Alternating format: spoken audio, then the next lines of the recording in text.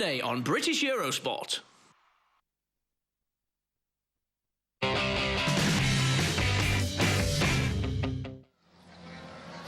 Well, welcome back. The Triumph Triple Challenge race is about to get underway. The boys are on their warm-up laps, so let's go straight over to our commentators, James Whittam and Jack Burnicle. The Triumph Triple Challenge then, their second race of the weekend here after Charlie King took an unexpected but brilliant win for the Pressure Integrity Racing team yesterday around the Brands Hatch Indy Circuit ahead of Dan Hellier, with championship leader, overall championship leader Chrissy Rouse in third place on the Stratstone racing bike behind the two lads who lead the Cup competition, Charlie King and Hellier. Alex Alicia of Spain on the BCN racing bike finished in fourth place. He, of course, surprised us with an impressive race win at Snetterton last time out. So out on the first of their two warm-up laps then, having not had a warm-up session this morning. These are the contenders for the Triumph Triple Challenge on the beautiful 2.4-mile Brands Hatch Grand Prix circuit. The standings after yesterday's race, Chrissy Rouse with a 50-point lead now over Charlie King, who's moved into second place ahead of former runner-up Phil Atkinson from South Africa, with Freddie Pett in fourth place. Fifth place now for Alicia, ahead of Hellier, Dan Fuller, Jesse Jones in eighth place ahead of Sam Cox, and the unlucky Scott Pitchers, who is going to have to start from the back row of the grid in today's race after missing the exit from pit lane. Tom Hayward is 11th in the championship, ahead of Tom Oliver, with Shelley, Taylor, Little and Corbino in the top 16, and then Alistair Fagan, the journalist from Fast Bikes magazine, guesting once again. He's in 17th place overall, ahead of Milmas, Hutchins and Beardsley. The starting grid is headed by Dan Hellier on pole position after his brilliant second place yesterday. Chrissy Rouse, the championship leader, is second on the grid, and Scott Pitchers should have been lining up for his best ever start in third place, but unluckily will be back on about row 9 all on his own. And then Alex Alicia on the outside of the front row. The second row is headed by yesterday's race winner, Charlie King, the Norfolk boy. Sam Cox, Luke Shelley and Tom Oliver round out row 2. The third row, Ben Taylor, Freddie Pett, Alistair Fagan and Phil Atkinson. Not a good qualification run for the South African. And then Michael Corbino, Sam Middlemass, Jesse Jones and Dan Fuller on row 4. We've got 8 rows in all, and then isolated right at the back on his own, Scott Pitchers, unluckily, will have to start and see if he can weave his way through on the famous number 111, made absolutely legendary by both Jean-Michel Bale and the New Zealander Aaron Slight. So Dan Hellier will start on pole position, having had a terrific ride yesterday, finished in pretty brilliantly in second place, just half a second behind Charlie King, with Chrissy Rouse, Alex Alicia, Sam Cox and Phil Atkinson rounding out that top 6. So the superb Brands Hatch Grand Prix circuit, it's good to be back on the full. It's actually surprisingly cool breeze and overcast conditions here in southeast England, rather cooler than we may have expected given the boiling weather that has assaulted the north of England. Back where me and Mr. Whittam come from. It's all sunny up there, isn't it, Jack? That's what I always tell these people down in the southeast, James, but they won't believe me. It's actually warming up a bit outside. I've just come in and it is. The sun's just trying to peep through a little bit. It is warming up. There's Hailsham's Dan Hellier on the Littlewood racing machine on pole position as the rest of the bikes roll up. As I said, we have a full-on grid, 32 riders, 8 rows, but you can see that hole where Scott Pitchers should have been, and that will give Luke Shelley a bit of hope there on the green machine. Third on the second row. He's got a great gap ahead of him to just come blatting through there. Remember that they've got about a 300-yard dash to pitching off the edge of the world into Paddock Hill Bend. Charlie King looks really determined on that New York taxi yellow motorcycle, and he dives for the inside and gets himself into third place. But a good start from the man he beat yesterday. Dan Hellier dives through and up Hailwood Hill. He has the advantage on the Littlewood racing bike as we watch Charlie King dive up the inside. A big move by the tall Norfolk boy, and he has lunged himself through into second place, riding with great confidence here at Brands Hatch. King and Hellier are at the front, and they are the two guys who dominated yesterday.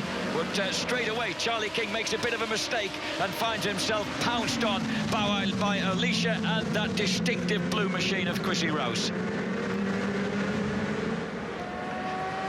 Taylor is in 5th place, Shelley in 6th place as they go stonking down Pilgrim's Drop. But straight away there's a breakaway at the front, and Dan Hellier, who really did come surprise us somewhat when he won a race at Snetterton. Looks like he's going to be back in the mix here as he leads the way on the Littlewoods racing bike.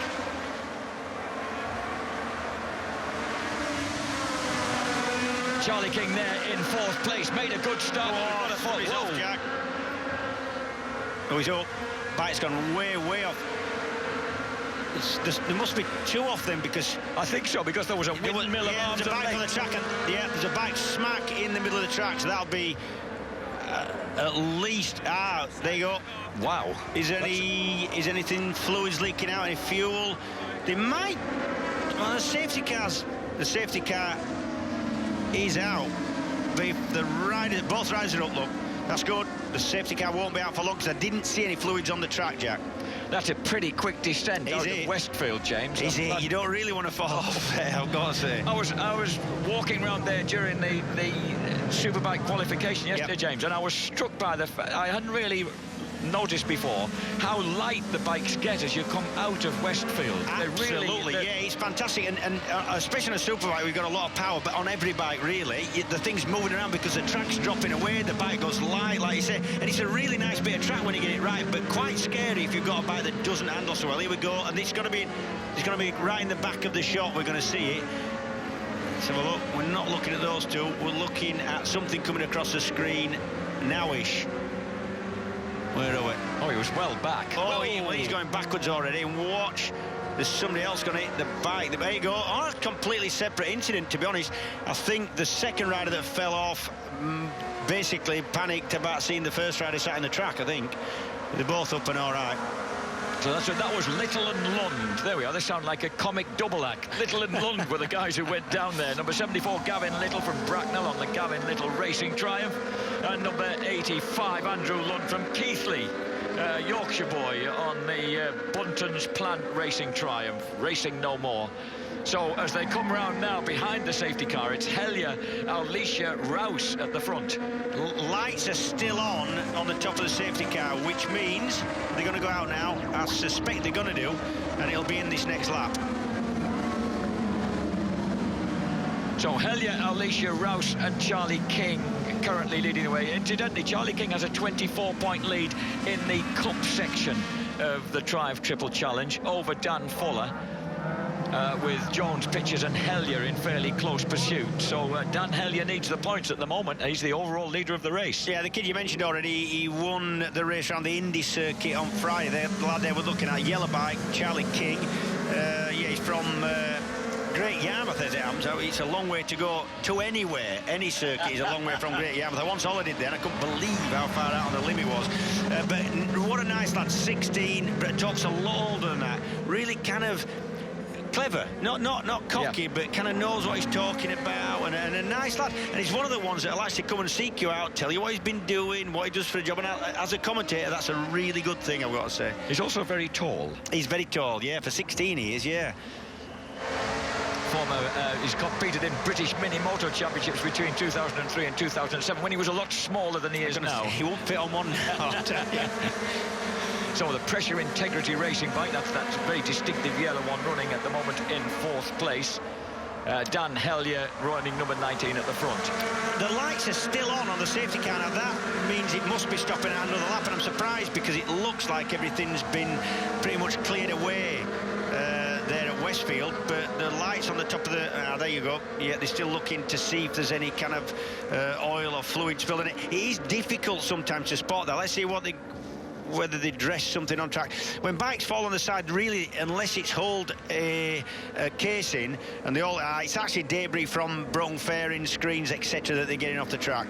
So yeah, it doesn't look like we're going to have any major clean-up out by way of oil or coolant, which is the worst to clean up. This is just a case of sweeping the debris off this. They've got them bonus brushes, Jack. That's what my dad used to call them, the big wide ones. The bonus brushes, yeah.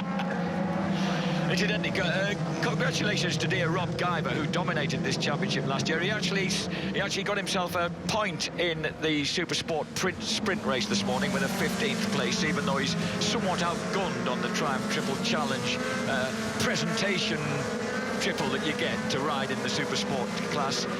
Must have been a relief for him to get himself into the points here at one of his favourite circuits, Brands Hatch, where he did the winning, of course, last year in this series. Yeah, totally dominated the championship in actual fact, really.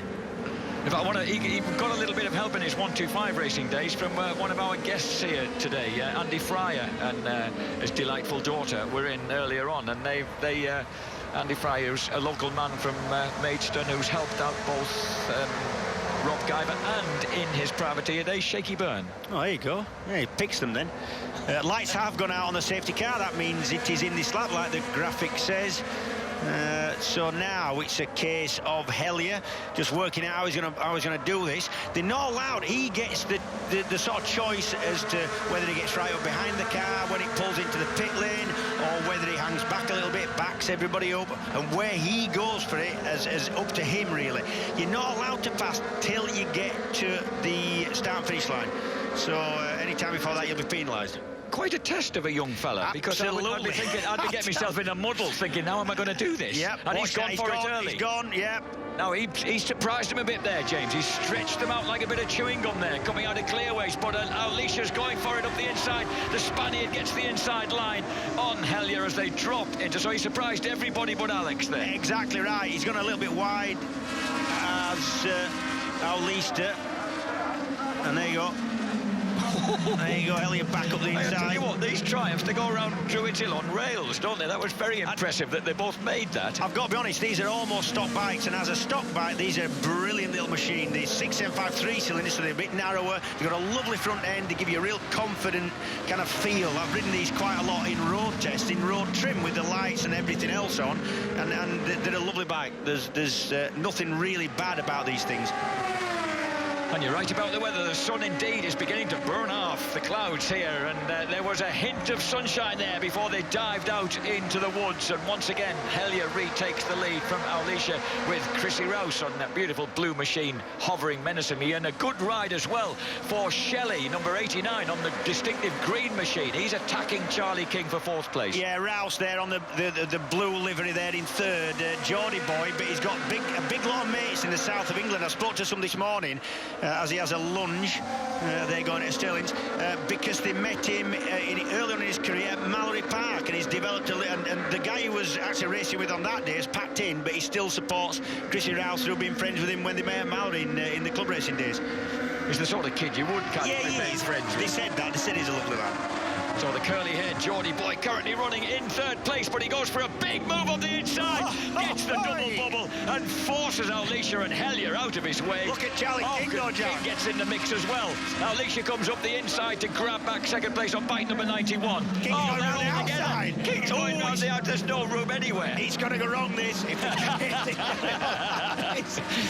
Oh dear.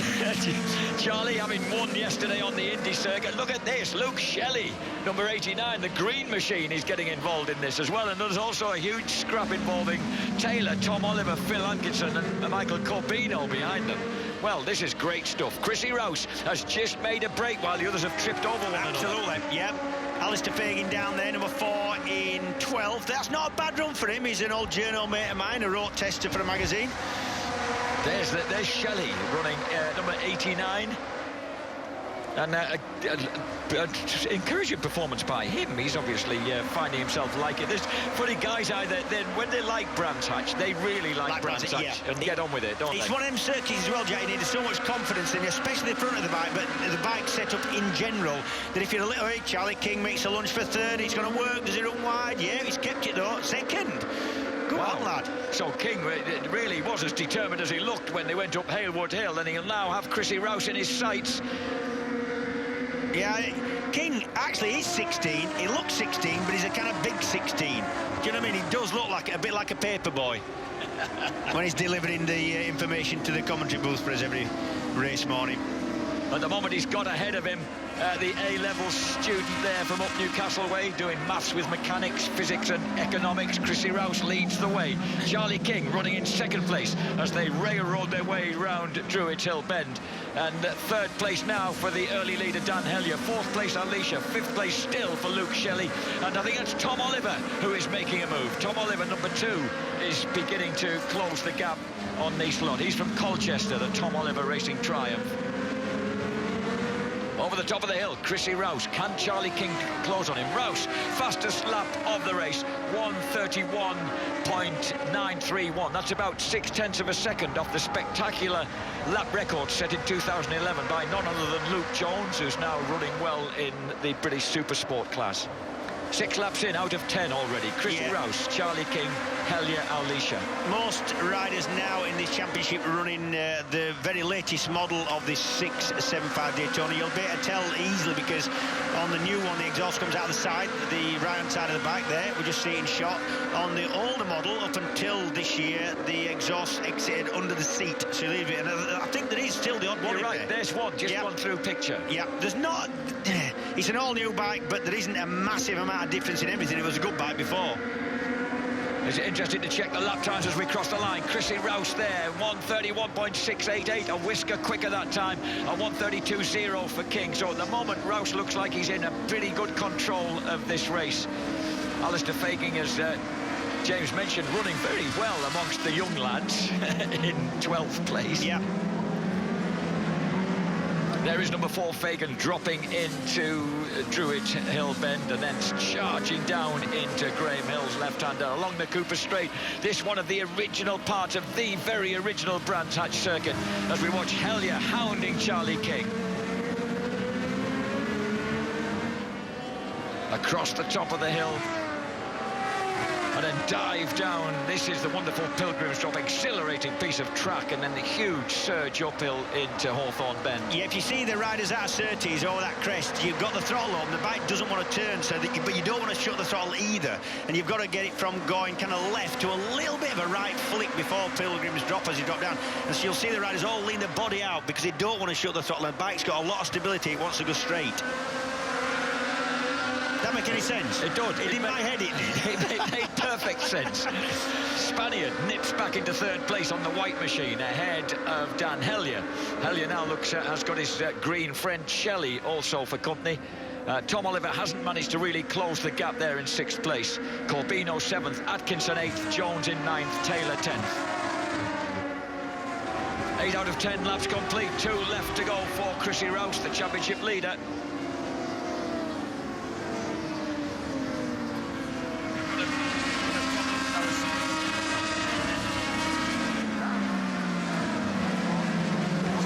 Tell you what, Charlie King is just making. I want to see this last lap because he's definitely putting the fastest. He's going quicker and quicker for him.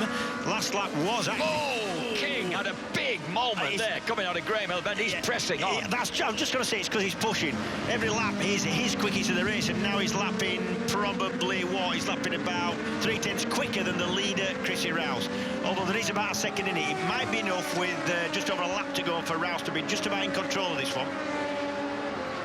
But I don't think there's going to... Charlie, he's got the exuberance of the 16-year-old here. He's really is, the engineering apprentice is really pressing on.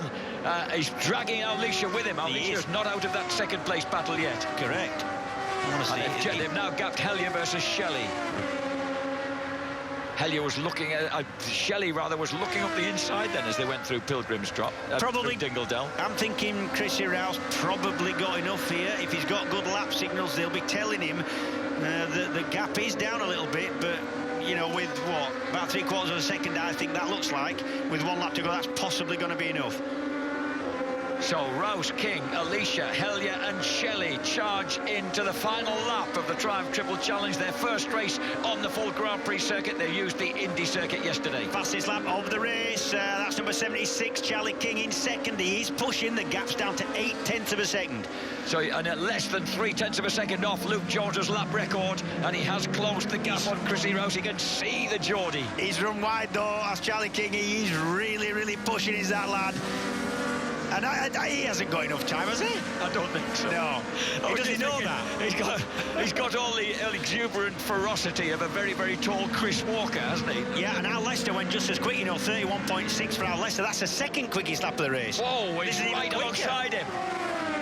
Charlie, of course, the bigger fella. He's got to hope he's got the speed down the hill. He's got to hold that inside line as they go into, and he does up Hawthorne's bend. Yeah, and that's a difficult bend to pass on anyway, and round the outside it's almost impossible. But Alastair's had a good run round the... Oh, brilliant. Perfect. That was superb. It was. Racecraft to put inside, coming out of Hawthorne. Agreed.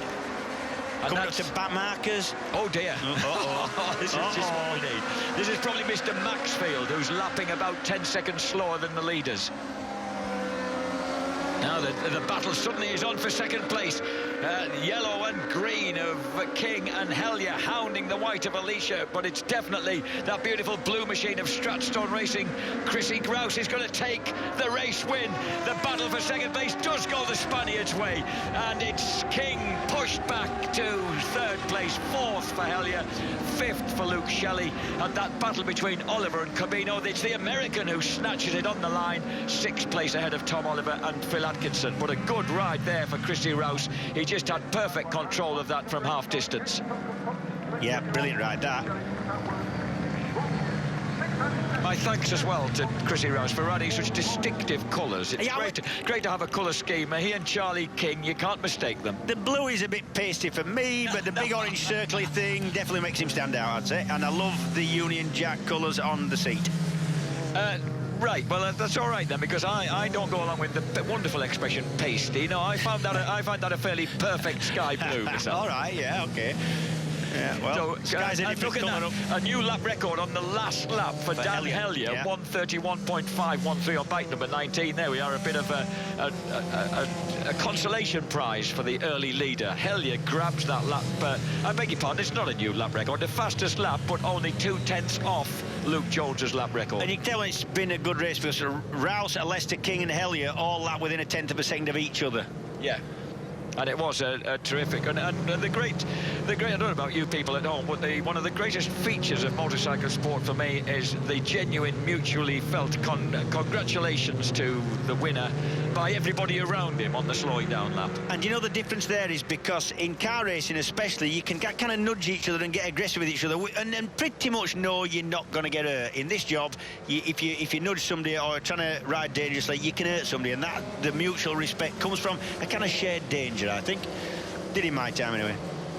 And of course it's not quite as easy to shake hands from a car. No. It's occurred to me. Chrissy Rouse, Charlie Rouse, he was editor of Motorcycle News once in the dark ages. Chrissy Rouse wins from Alex, Alicia and Charlie King, who's leading the Cup Championship and extends his lead over Dan Hellier and Luke Shelley. Corbino snatched that sixth place from Tom Oliver. Phil Atkinson will be a little disappointed, the 30-year-old South African, with that 8th place ahead of Jesse Jones and Sam Cox. 11th place, it was an improvement there on the last lap for Alistair Fagan, got the better of Freddie Pett. Well done, Alistair. Freddie Pett, a race winner, of course, at the beginning of the season. Ben Taylor 13th, Sam Middlemass 14th, Dan Fuller in 15th place, and then Hill and the unlucky Scott Pitchers, who should have started at the front row of the grid, hauled himself through to 17th from the very back ahead of Newman, Skinner and Beardsley. The championship standings after 10 of 18 races. Chrissy Rouse increases his lead to 59 points. Charlie King in second place. Phil Atkinson holds on to that third place. Freddie Pett is fourth. Alicia becoming the danger man, just 2 points further back in fifth place ahead of Dan Hellier. Jesse Jones is seventh ahead of Dan Fuller, Sam Cox and Scott Pitchers. 11th for Tom Oliver. Luke Shelley in 12th place ahead of Tom Haywood. Michael Corbino on 32 points just ahead of Ben Taylor, with Gavin Little 16th ahead of Alistair Fagan. 25 points now for the elderly journo ahead of Middlemass, Hutchins and Beardsley.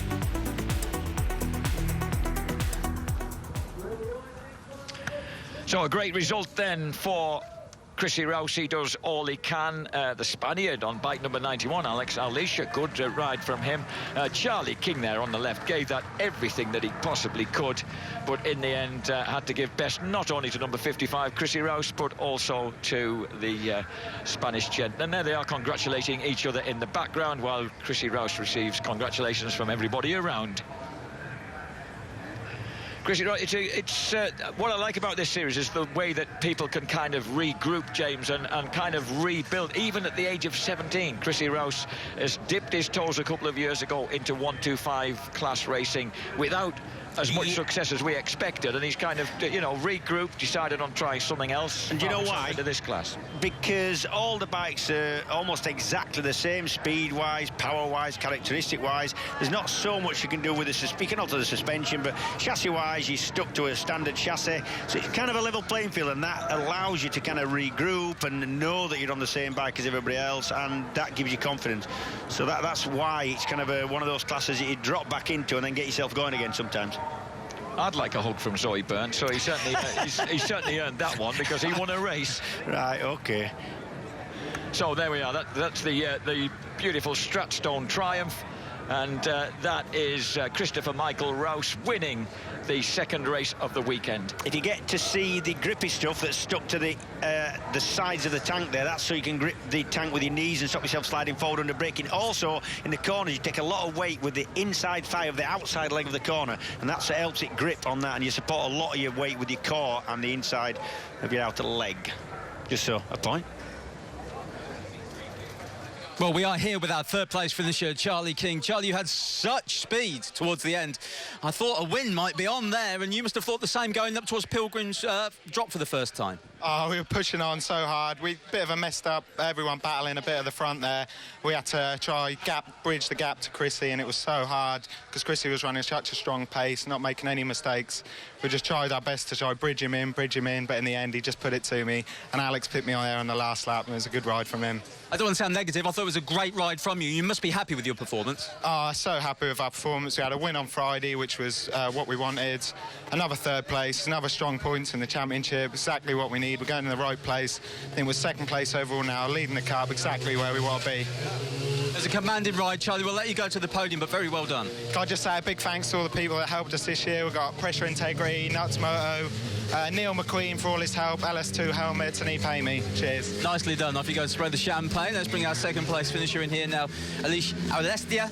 Alish, brilliant ride there. Did you always know you could get that second place? For me, it's always good second place. It's been a very hard race, you could see in the TV. I'm very glad to be here on the podium. You look very fast around the back of the circuit, incredibly fast. Were you confident that you could still take Charlie? Yeah, I am very confident in my possibilities, and I know where my strong point is, and that's when I passed Charlie King. Well, Alicia, I thought it was a great ride, very exciting. Great to see you on the podium. We'll let you go to the podium. Well done. Thank you.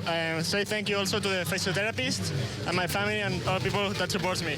Nicely done. We'll let Alicia Alestia go off to the podium now. Let's bring our race winner in. Chrissy, come on, get up here. We need to talk to you. Chrissy Rouse. Well, why Isom? What a race that was. From third to first up here into paddock. At that moment on, they didn't see which way you went. Were you sure of the win once you made that move up here? Yeah.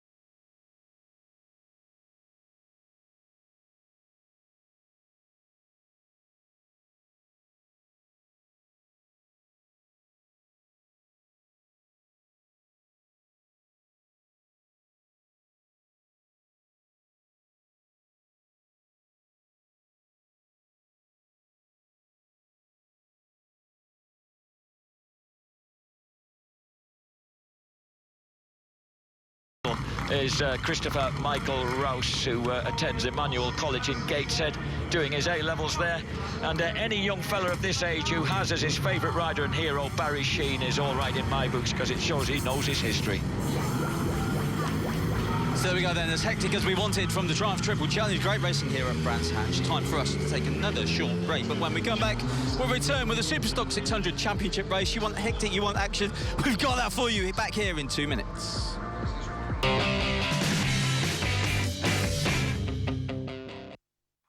WeBuyAnyBike.com sponsoring Superbike Sunday on British Eurosport.